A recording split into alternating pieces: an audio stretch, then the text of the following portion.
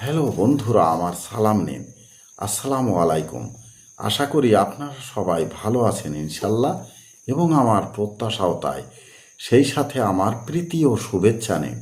আজ এ পর্যায়ে যে বিষয়ে আলাপ করব তা হচ্ছে অর্থই অনর্থের মূল। কথাটি ঠিক, তবে অর্থহীন জীবন কি এক মুহূর্ত চলতে পারে? মানুষের অর্থ না থাকলে তার জীবন অর্থহীন হয়ে পড়ে। তাই বলা যেতে পারে অর্থই অনর্থের মূল, তবে অর্থহীন জীবন অর্থহীনও বটে। এ পর্যায়ে এখানেই রাখছি। ততক্ষণ পর্যন্ত সবাই ভালো থাকুন, সুস্থ থাকুন এবং নিরাপদে থাকুন। শুভকামনা নিরন্তর সবার জন্য সবসময়। ধন্যবাদ ফেসবুক মেটা, ধন্যবাদ সকল বন্ধু সহ সবাইকে।